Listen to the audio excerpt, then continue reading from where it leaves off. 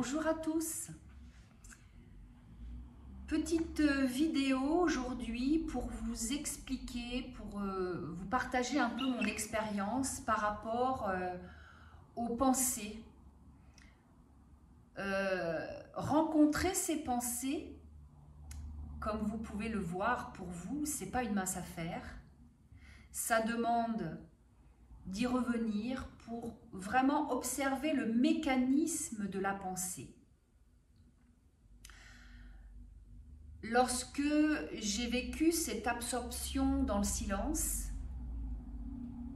et que de nouveau j'ai été replongée dans le magma mental, et bien cette période où je faisais le yo-yo avec absorption dans le silence et de nouveau le retour à la case départ, c'est vraiment l'impression que j'avais, presque à devenir folle par moments tellement c'était agaçant.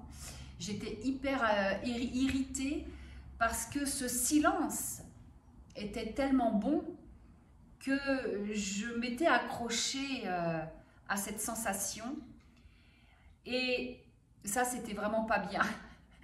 Bon, c'est comme ça, c'est pas que c'était pas bien, mais il y avait un attachement à retourner dans ce silence, alors qu'en fait le silence il vient, il s'invite quand il s'invite. Donc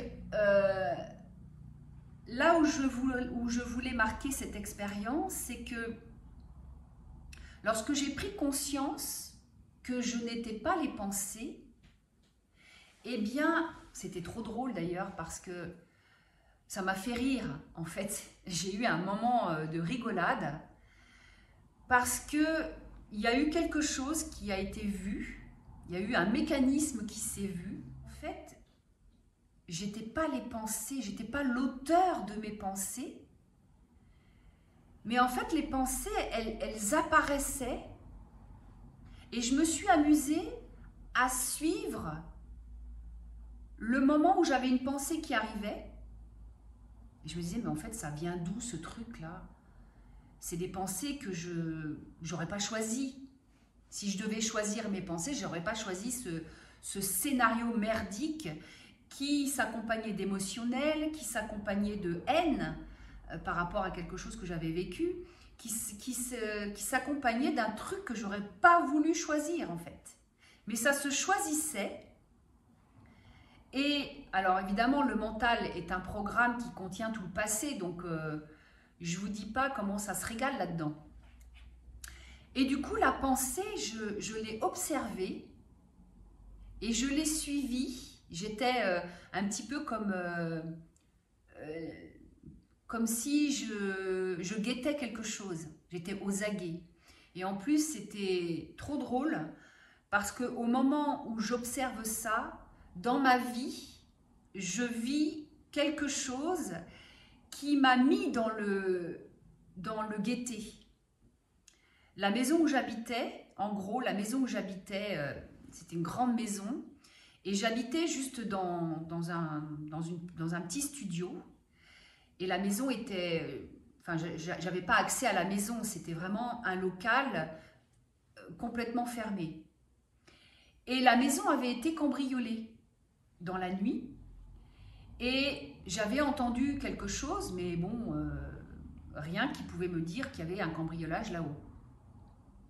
Et en fait, le lendemain, quand la propriétaire m'a appelé pour me dire qu'ils avaient été cambriolés, les jours qui ont suivi, je me suis mise totalement aux aguets. J'étais en train de guetter le oui. Et ça, cet événement-là, m'a permis vraiment d'observer toutes les pensées qui arrivaient, avec la construction des scénarios catastrophes. Et c'est à ce moment-là que j'ai vu comment le mécanisme de la pensée se faisait. Donc vous voyez, chaque événement que vous pouvez vivre dans la vie peut vous servir. Moi en tous les cas, ce cambriolage m'a servi à observer, à être aux aguets pour tout observer. Et tout m'a été montré, alors tout, je ne sais pas si je peux vraiment utiliser ça, Mais le mécanisme m'a été montré et là, je voyais que je n'étais pas les pensées, mais que j'étais pensée. Tout pareil que le corps, je ne respirais pas. J'étais respirée. C'est-à-dire que j'étais pas l'auteur ni de ma respiration, ni de mes pensées. Ça a été un moment, ça a été un grand moment, parce que ensuite, les expériences ont été assez nombreuses, même si je replongeais dans l'identification. J'ai, quelques années après, parce qu'il m'a fallu des années pour observer le jeu, quelques années après, j'ai pu vraiment me poser la question finalement, mais qui observe les pensées? Qui voit les pensées? Qui ressent la peur? Qui entend tout ce qui est entendu en fait? Et ça m'a réabsorbée dans le silence. Et pendant quelques années, j'ai fait, et je fais encore, hein, puisque j'ai encore des identifications, je ne suis pas tout ce qui est perçu en fait. Je ne peux pas être tout ce qui est perçu. Donc ça, ce sont des grands moments de découverte, mais ça ne s'arrête pas là après. Parce que la discipline, la pratique, c'est de se poser des questions pour inviter le mental à s'éteindre. Alors s'éteindre, quand je dis ça, c'est éteindre les pensées, les mécanismes, les conditionnements, puisque le mental, je vous rappelle, c'est l'outil de la conscience. Donc moi, je me sers de mon mental pour lui montrer ce que je peux manifester dans ma vie, pour lui donner des preuves quelque part. Il a besoin de preuves. Parce que si vous êtes plongé dans le mécanisme de la pensée, vous en êtes prisonnier.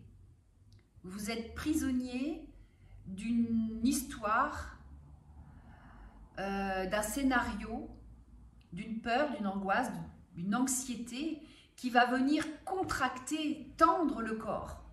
Or, comme vous n'êtes pas le corps, comme vous n'êtes pas les pensées, eh bien, ça détend. Donc c'est un... D'ailleurs, les dernières consultations que j'ai pu faire, et la dernière consultation que j'ai faite là, il y a quelques jours, j'ai demandé à la personne qui souffrait physiquement, pour les douleurs physiques, je lui ai demandé de se placer qui voit la contraction dans le corps. Et je lui ai posé la question, est-ce que ce voir, est-ce que ce qui observe est souffrant? Est-ce qu'il souffre? Est-ce que ça souffre de la douleur physique? Et elle m'a dit, mais non en fait. Et au moment où elle a pu prendre conscience de ça, sa douleur s'est apaisée. Et on en est resté là pour la consultation parce qu'elle m'a dit, je veux goûter à ce que je suis en train de vivre. Elle s'était positionnée finalement dans le point zéro et elle goûtait à la dissolution de la douleur qu'elle ressentait dans le corps. C'était un merveilleux moment pour elle. Donc, lorsque vous vous posez la question, d'où viennent les pensées, qui voit les pensées, qui ressent, qui entend les pensées, ça va vous repositionner ici et maintenant. Et vous allez pouvoir regarder qu'elles apparaissent, mais qu'elles disparaissent aussi rapidement qu'elles sont arrivées. Je prends toujours l'image, la pensée c'est comme le vent. Le vent, c'est impossible à attraper. Vous pouvez le sentir, mais vous ne pouvez pas l'attraper le vent. C'est très fugace. Les pensées, c'est comme ça. C'est exactement pareil. Et le fait de voir que vous n'êtes pas les pensées va relâcher les tensions du corps. Bien sûr, c'est de la pratique au début, mais c'est de la pratique dans la vie au quotidien. Vous n'êtes pas obligé de faire de la méditation. On ne peut pas faire de la méditation toute la journée. Quand vous conduisez, c'est vraiment de rester conscient de chaque mouvement que vous êtes en train de faire. Donc, il y a des gens qui me disent « Ah ouais, mais c'est trop fatigant. » Ouais, oui, mais de rester sous tension, à croire les scénarios cauchemardesques qui vous font croire tout et n'importe quoi, ça, pour moi, c'est pas possible dans ma vie aujourd'hui. Donc, oui, ça demande de la pratique. Oui, le mental ne doit pas être laissé par défaut, parce que sinon, vous êtes sous l'emprise du mental, alors qu'une pensée est aussi libre comme l'air. C'est du vent. Donc, regardez qu'on est déjà libre, là, maintenant. On est déjà libre d'arrêter de croire à ses pensées. Donc, rencontrez vos pensées, posez-vous les questions, mais oui, d'où viennent ces pensées en fait? D'où ça vient? D'où ça vient? Vous allez voir que ça apparaît d'un espace de conscience ici, là. C'est un mouvement très rapide qui peut effectivement tourner comme dans une roue, hein, la roue des hamsters, hein, c'est exactement ça. La métaphore est magnifique parce que les pensées, elles arrivent aussi vite que la lumière, même plus vite que la lumière. C'est un feu d'artifice. Et puis, bien sûr, les pensées se construisent à partir de la mémoire de tes expériences passées. Chaque pensée est teintée par ce que tu as déjà vécu, vu et entendu, et aussi appris, bien sûr. Et le mental, lui, va chercher dans ta mémoire des références, il va faire aussi des conclusions, des jugements, et il recolle l'ensemble pour en faire de l'histoire, des drames, etc. Par exemple, tu entends un mot, tu vois une image, et hop, une pensée surgit automatiquement, et celle-ci est basée, bien sûr, sur une ancienne expérience. Donc les pensées naissent aussi par des programmations. Tout ce que tu as cru vrai parce qu'on te l'a répété, ou que tu l'aies vécu dans un moment de vulnérabilité, de souffrance, eh bien ces pensées sont en automatique à des schémas appris. Et c'est pourquoi certaines pensées reviennent sans cesse. Ce ne sont pas des pensées neuves, ce sont des pensées qui sont recyclées en fait. Et puis il y a le contexte émotionnel que tu vis dans le moment qui va donner aussi qui va donner naissance à des pensées, à des réactions. Du coup, quand tu es tendu, fatigué, bah, tu es beaucoup plus vulnérable parce que les pensées sont beaucoup plus sombres et beaucoup plus critiques dans le jugement. Alors que quand tu es détendu, eh bien, tout le système est beaucoup plus léger. Et en fait, ce n'est pas la pensée qui est fiable, c'est ton état intérieur qui crée ça. Par exemple, un mot, une voix, un lieu, un parfum peuvent déclencher toute une cascade de pensées, simplement parce qu'ils activent une mémoire ou un ressenti. Et lui, le cerveau, il crée alors une association et la pensée apparaît comme une réaction en fait. Donc, les pensées se construisent comme des combinaisons automatiques, bien sûr reliées à l'expérience émotionnelle, à des habitudes et à des conditionnements. Et toutes les pensées ne sont absolument pas la vérité, puisque tu ne peux pas te fier à ton mental. Les pensées sont juste des reflets. Et elles ne viennent pas de toi. Les pensées, elles passent à travers toi.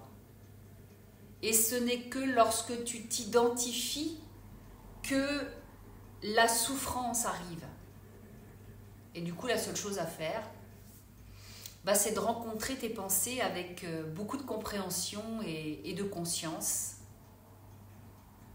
Et alors, à ce moment-là, les pensées te lâchent. Et ça, en fait, c'est le pouvoir de l'amour. Laisse tomber les pensées pour ressentir le silence. Je peux dire aujourd'hui que je m'amuse parce que le mécanisme, il a été vu. Donc du coup, aujourd'hui, c'est de la pratique. Je reviens ici et maintenant. Parce qu'on ne peut pas arrêter les pensées. Par contre, on peut vider le passé de tous ces traumatismes émotionnels. Alors là, ça c'est possible. Parce que je le vois pour moi. Il y a des pans de murs de mon passé qui sont totalement effacés. Et c'est ça qui est confortable. Si j'observe dans mon expérience quelque chose qui remonte et qui ne demande qu'à être apaisé, embrassé d'amour, eh bien ça c'est vu aussi. Et il n'y a pas de problème avec ça en fait. Donc, rencontrer ces pensées, les observer, d'où elles apparaissent, regardez que vous n'êtes pas ces pensées, ça c'est quelque chose que vous allez devoir faire l'expérience parce que de vous le dire, c'est une chose, mais d'en faire l'expérience pour que vous voyez qui voit les pensées, qui est impacté par les pensées ou par ce qui est raconté dans l'histoire. Si vous vous prenez pour l'histoire merdique dans laquelle vous êtes prisonnier, ça fait mal, c'est douloureux. L'invitation, c'est de vous apaiser et de vous reposer et de rire aussi.